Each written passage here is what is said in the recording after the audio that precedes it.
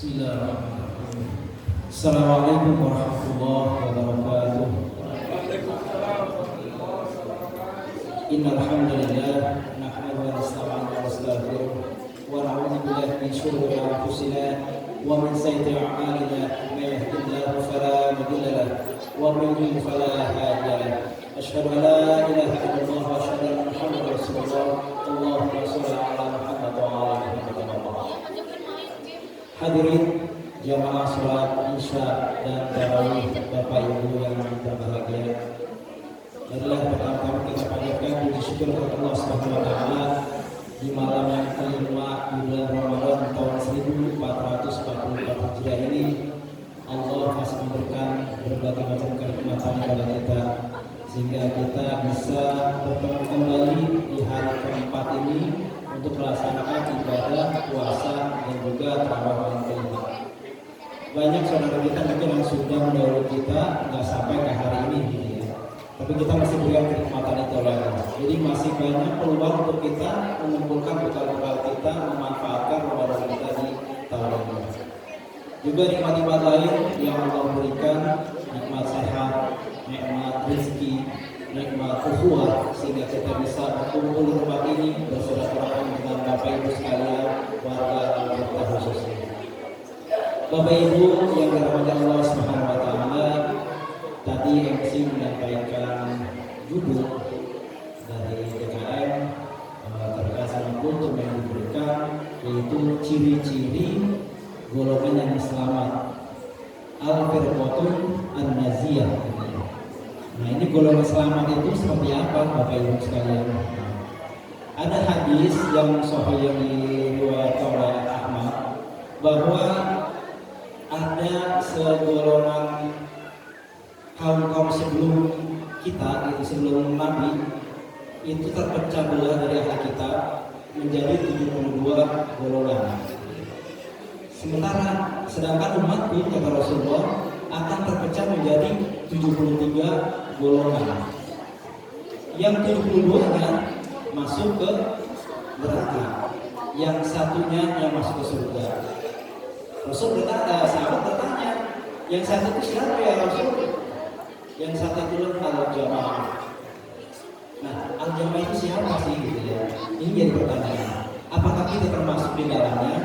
Mari kita lihat ciri-ciri dari al-firqatun an-najiyah atau golongan yang selamat, insyaallah akan dimasukkan ke surga Allah Subhanahu wa taala. Adapun dari dalil ini, hadis ini memberikan kita bahwa memang harus ada tanda-tanda yang menjadi golongan yang selamat itu. Di antara tanda-tandanya adalah yang pertama, senantiasa berpegang teguh pada manhaj atau jalan yang Nabi dan para sahabat tekuni selama masa kenabian dan para sahabat dan sesudahnya. Apa manhajnya? Yaitu berpegang teguh pada Al-Quran, kitab suci Al-Quran. Jadi golongan selamat senantiasa berpegang teguh pada kitab suci Al-Quran Al-Karim. Di bulan Ramadan ini Allah menurunkan kitab itu. Syahrul Ramadan alladzi unzila fihi al-Qur'an hudal lin-nasi wa bayyinatin minal huda wal furqan. Jadi bulan Ramadan bulan turun Al-Qur'an sebagai petunjuk juga pembeda. Jadi kita senantiasa kalau ingin termasuk sebagai golongan yang selamat, senantiasa untuk berpegang teguh pada yang sudah dicontohkan oleh Rasul dan para sahabat sesudahnya, yaitu berbagi pada Al-Quran.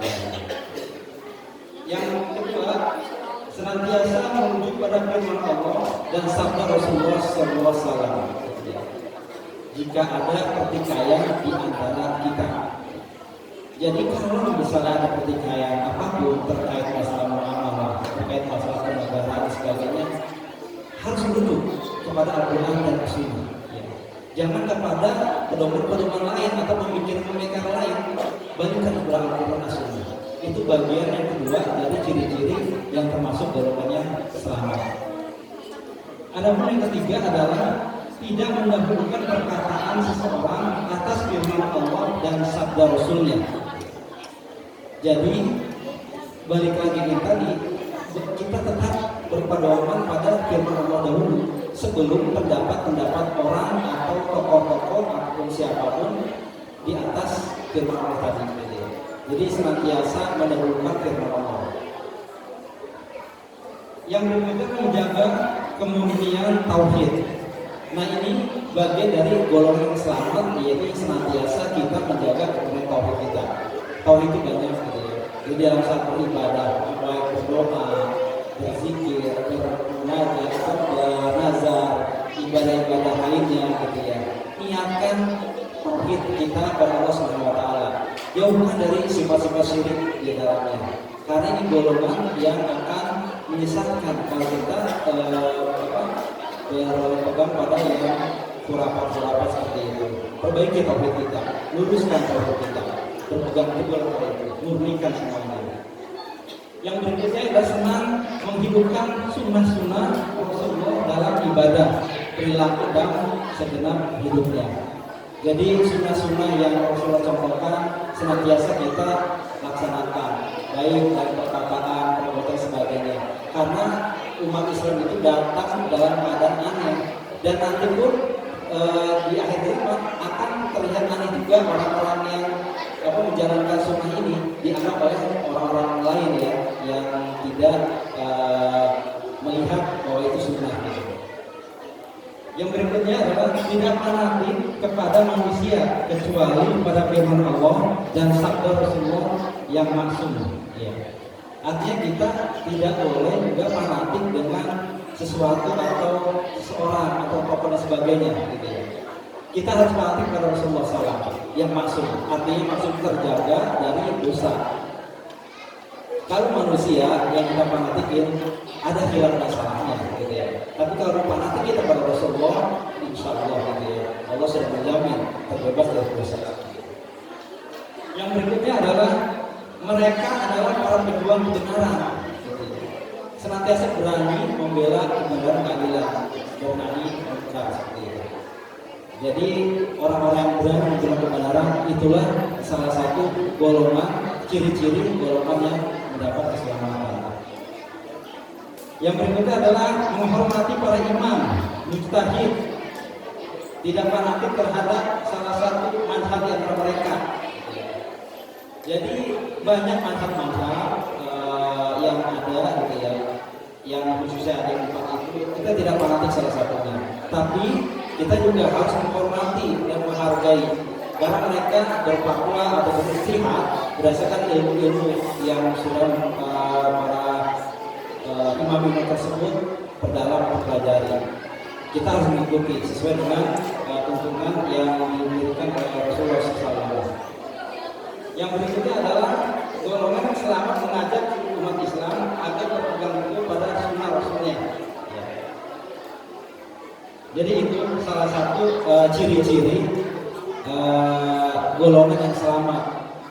Dari ciri-ciri ini, insya Allah ya, kita berusaha untuk mendekati bagian-bagian dari yang sudah dicontohkan, diceritakan tadi.